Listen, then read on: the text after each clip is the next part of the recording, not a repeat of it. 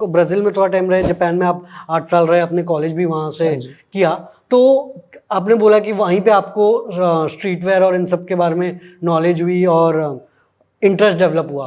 तो ऐसा क्या है जापान में, मतलब कि ऑफ कोर्स जापानीज को उनके टेक्नोलॉजी उनके उन चीज़ों के लिए ज़्यादा जानते हैं, बिल्कुल। तो यहाँ पे उनका स्ट्रीट वेयर कल्चर क्या है, क्या आप चीज़ को अट्रैक्ट किया? बिल्कुल, तो street wear is fashion for the public, is fashion for everyone on the streets. तो I don't want to define street wear as a particular कि वो ओवरसाइज्ड फिट है तो स्ट्रीट वेयर है, ये है तो स्ट्रीट वेयर, बिकॉज बिल्कुल नहीं, स्ट्रीट वेयर की कोई एग्जैक्ट डेफिनेशन है ही नहीं। अब आप देखो ये लुई विटॉन जैसा बहुत पुराना 100 साल पुराना बैग का ब्रांड अब स्ट्रीट वेयर में घुसा हुआ है। तो it's not a definition that you can give, it depends on the personal style, but it's one for the people on the streets, and it's what you showcase on the streets, you know. एक होता है ramp के लिए होता है style, एक होता है स्ट्रीट्स के लिए style, and this is street wear. तो Japan, yes, known for its technology, but it's also really known for fashion. अच्छा। In the fashion world, Japan से बड़ा है ही नहीं, आई थिंक, मेरे दिमाग में नहीं है। आई थिंक मेरे माइंड में तो सिर्फ यूनिक्लो आ गया, बिल्कुल। हाँ, तो यूनिक्लो अभी बहुत बड़ा ब्रांड बन गया for everyone in the public, but street wear specific बोले तो ब्रांड्स है जैसे बेप, जो स्ट्रीट वेयर बेचता है, जिसके जूते भी बिकते हैं बहुत, बेप स्टार बिकते हैं। ये ब्रांड भी 1994 में जापान में शुरू हुआ था, इसके साथ 2-3 और ब्रांड शुरू हुए थे, और अब वो सारे ब्रांड्स थोड़े बड़े बड़े बन गए हैं, और इन ब्रांड्स ने बहुत ही ज्यादा वर्ल्ड वाइड कल्चर को हेल्प करा है। फरेल जैसे आर्टिस्ट हैं, इंटरनेशनल आर्टिस्ट, जिन्होंने बेप के फाउंडर के साथ एक ब्रांड बना दिया कॉल्ड बिलियनेयर बॉयज क्लब। तो ऐसे भी बहुत कोलैबोरेशंस हुए जो सारे जापान से स्टार्ट हुए। तो ये जो फरेल जो आप बोल रहे हैं, सिंगर? हाँ जी, ये वही सिंगर जो अमेरिका के हैं। कानिये फॉर एग्जाम्पल, जो बहुत फेमस सिंगर है, बहुत कंट्रोवर्शियल सिंगर है, उनका बहुत इन्फ्लुएंस रहा है जापान से। अच्छा। उन्होंने कहा उनका पूरा फैशन का इन्फ्लुएंस जापान जाके ही बढ़ा। तो जापान का बहुत इन्फ्लुएंस है। जापान में पर्सनल स्टाइल को बहुत वैल्यू देते हैं, ब्रांड्स को कम देते हैं पर पर्सनल स्टाइल को बहुत देते हैं और कल्चर को बहुत देते हैं।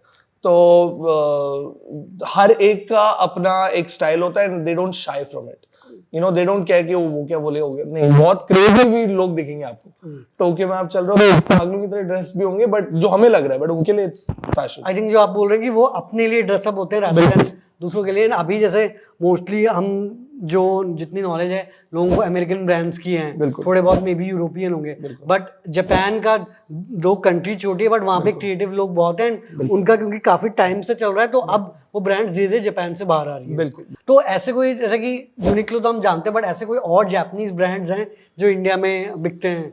तो यूनिक्लो बहुत ही मासी ब्रांड है, बहुत बड़ा ब्रांड बन गया, वो हर जगह उनके मॉल में स्टोर्स है तो आपको दिख जाता है। बट जापानीज ब्रांड्स और भी बहुत हैं, जैसे अंडर कवर है, जो स्ट्रीट वेयर का ब्रांड है, वो भी बेप जो मैंने आपको बताया था उसके साथ शुरू हुआ था बैक इन 94 में।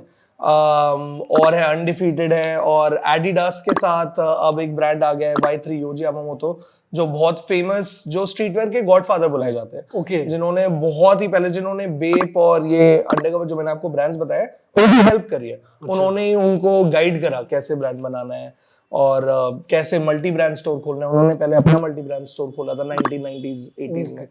तो ये क्या डिजाइनर है? हाँ जी, डिजाइनर है। खुद की डिजाइनिंग लाइन? हाँ, योजी यामामोतो है, इनकी खुद की डिजाइनिंग लाइन होती है, और एडिडास के साथ बहुत बड़ी कोलैब है इनकी Y3 बोल के। अच्छा। जो अब इंडिया में रिलीज होने लग गई है, जो पहले इंडिया में थी नहीं, कभी किसी को ज्यादा पता भी नहीं था, पर अब बिकॉज फैशन की नॉलेज बढ़ रही है, हमारे जैसे और ब्रांड्स आ रहे हैं, तो थोड़ा धीरे धीरे लोगों को और रिसर्च करना पड़ रहा है, और उनको पसंद भी आ रहा है कि अच्छा ऐसा भी कुछ हो रहा है, क्रेजी स्टाइल्स भी हैं। और क्योंकि अभी तक जैसे मोस्टली जो देखते हैं कि मान लो आपको जॉर्डन हो गया, वो माइकल जॉर्डन के साथ किया, एंड ईजीज हो गया जो कान्ये के साथ किया, बट अब जैसे बोल रहे हैं काफी सारे और अपार्ट फ्रॉम जो सेलिब्रिटीज हैं, काफी एक्चुअल फैशन डिजाइनर्स के साथ भी ब्रांड्स कोलैब कर रहे हैं। ग्रेट, हाँ बिल्कुल परफेक्ट स्टेटमेंट है कि पहले you had to be famous in another field. हाँ, कि आपको या तो माइकल जॉर्डन होना था या कोई एथलीट होना था, कुछ तो होना था ताकि आपका फैशन बन जाए।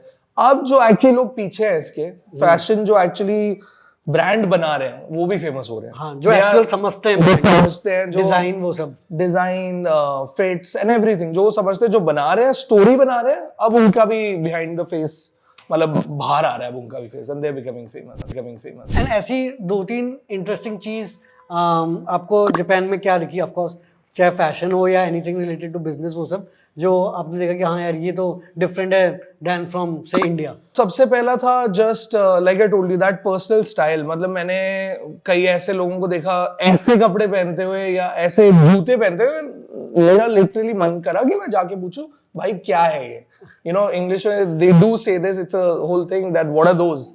तो मेरा तो बहुत ज्यादा व्हाट आर दोस हो गया था कॉलेज में। हर दूसरा बंदा बहुत ही अमेजिंग स्टाइल कर रहा था। मेरी बहन भी एक डिजाइनर है, तो ऑलरेडी फैशन का थोड़ा था मेरे अंदर कि I wanted to get into fashion. But Japan जाके when I saw everyone have their own style, I spoke to a lot of people, तो मेरी भी क्यूरियोसिटी बढ़ गई कि भाई क्या पहना हुआ है, अच्छा जॉर्डन के इतने होते हैं, मुझे लगा सिर्फ 1 होता है, यू नो। तो वो पता चला, मैंने थोड़ी रिसर्च करी, और जैसे मैंने अपना पहला जॉर्डन, आई थिंक जॉर्डन 3 खरीदा था 2007 या 8 में, I think I was in 11th 12th grade. तो किसी ने बोला मुझे कि वो अमेजिंग किक्स, तो बात शुरू हुई ना, अच्छा ये तो ऐसा सीन है कि कम्युनिटी बन रही है, एक्चुअली बन रही है, मेरे सामने बन रही है। And specially if you listening to hip hop, तो अगर आप म्यूजिक सुन रहे थे तो उधर बहुत ही स्ट्रीट वेयर का इन्फ्लुएंस था, जूतों का इन्फ्लुएंस था, तो उससे भी बहुत बड़ा, specially in that era 2007 onwards.